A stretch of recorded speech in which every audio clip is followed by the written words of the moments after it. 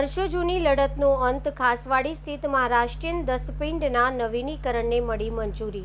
વડોદરાના ખાસવાડી વિસ્તારમાં આવેલા મહારાષ્ટ્રીયન દસપિંડના નવીનીકરણ માટે વર્ષોથી ચાલી રહેલી સમાજની લડતને આખરે સફળતા મળી છે। આ સુખદ નિવારણ અંગે માહિતી આપવા મહારાષ્ટ્રીયન સમાજના અગ્રણીઓ દ્વારા સર્કિટ હાઉસ ખાતે પત્રકાર પરિષદનું આયોજન કરવામાં આવ્યું હતું। પત્રકાર પરિષદમાં અખિલ મહારાષ્ટ્ર યુવક સંગઠનના પ્રમુખ વિજય જાદવ, કિશોર કેસારકર સહિત મહારાષ્ટ્રીયન સમાજના અગ્રણીઓ ઉપસ્થિત રહ્યા હતા। સમાજના આગેવાનોએ જણાવ્યું હતું કે દસપિંડના નવીનીકરણ માટે લાંબા સમયથી કરવામાં આવી રહેલી રજૂઆતો અને પ્રયત્નોને હવે સફળતા મળી છે। આ નિર્ણયથી સમગ્ર મહારાષ્ટ્રીયન સમાજમાં આનંદની લાગણી વ્યાપી છે। આ પ્રસંગે તેમણે દસપિંડના નવીનીકરણની કામગીરીને મંજૂરી અને સહયોગ આપવા બદલ સ્થાનિક સાંસદ તેમજ વડોદરા મહાનગરપાલિકાના મ્યુનિસિપલ કમિશનર સહિત સંબંધિત તંત્રનો આભાર વ્યક્ત કર્યો હતો। સમાજના આગેવાનોએ આશા વ્યક્ત કરી હતી કે દસપિંડના નવીનીકરણનું કામ સમયસર પૂર્ણ થશે, જેવી સમાજને વધુ સારી ધાર્મિક અને સામાજિક સુવિધાઓ ઉપલબ્ધ થઈ શકશે।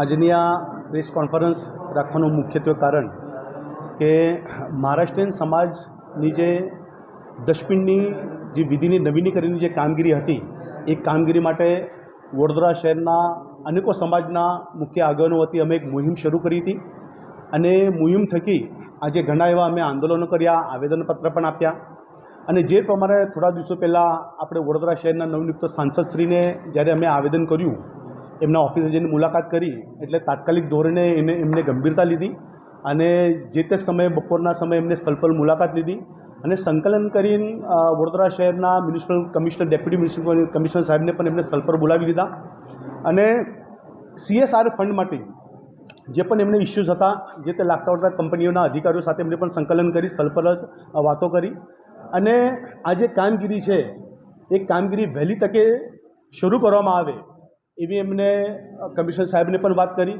અને એના પછી 2-3 દિવસ પછી વડોદરા શહેરના માનનીય કમિશનર સાહેબે પણ પ્રેસ કોન્ફરન્સની અંદર આ જે કામગીરીને હાથમાં લીધી છે।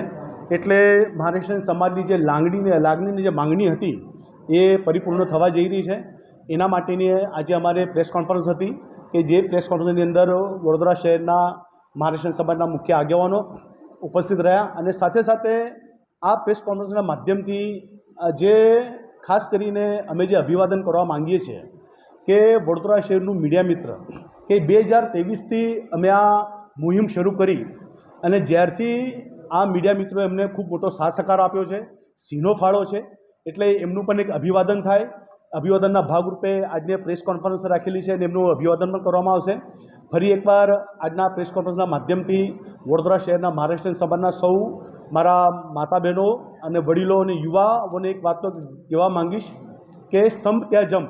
આજે અમે જો સાથે રહીશું તો ઘણા બધા અમારા કામો થશે ને આવનારા સમયની અંદર અત્યારે જે દસપિંડની જે વિધિ છે એ વિધિની કામગીરી પરિપૂર્ણ થવા જઈ રહી છે। સાથે સાથે એક અમારું મોટો અત્યારે સંકલ્પ રહેશે કે વીર રેલવે સ્ટેશન માટે સ્ટોપેજ માટેની અમારી જે માંગ છે એ માંગ માટે અમે અત્યારે આજની મિટિંગ પત્યા પછી અમે સંકલન કરીને એ મુહિમ અમે શરૂ કરીશું। એટલે સમાજ માટે સમાજ હિતના જે પણ કાર્યો છે એ કાર્યો અમે કરતા રહીશું। ઠીક છે, લોકો બોલતા રહેશે, કોઈને કોઈ 5 આંગળીઓ તો સરખી ના હોય, કોણ શું વિચાર કરે છે શું નહીં એનાથી અમારે કંઈક લેવા દેવા નથી, પણ જ્યારે સમાજનું પ્રતિનિધિત્વ કરતા હોય તો અમારી જવાબદારી બને છે ને જવાબદારીના ભાગરૂપે આ हमारी ये सेवा है ये अविरत चालू रहશે। धन्यवाद। पिछले 25 सालों से भरोसे का नाम Balaji insurance and finance. Motor insurance, medical insurance, general और लाइफ इंश्योरेंस के साथ पुराने और नए वाहनों के लिए आसान फाइनेंस सुविधा, तेज प्रोसेस, भरोसेमंद सेवा और अनुभवी मार्गदर्शन, सब कुछ एक ही जगह। मैं रिकेश शाह, आपका स्वागत है बालाजी इंश्योरेंस एंड फाइनेंस में। हर सफ़र सुरक्षित होना चाहिए और उस सुरक्षा के पीछे होता है एक भरोसेमंद साथी। यहाँ आपको मिलेगा वाहन बीमा, मेडिक्लेम, वाहन फाइनेंस और RTO के से संबंधित विशेषज्ञ मार्गदर्शन, तेज सेवा और पूर्ण पारदर्शिता, असंख्य ग्राहकों का विश्वास और वर्षों का अनुभव। बालाजी इंश्योरेंस एंड फाइनेंस, विश्वास, सेवा और सुरक्षा।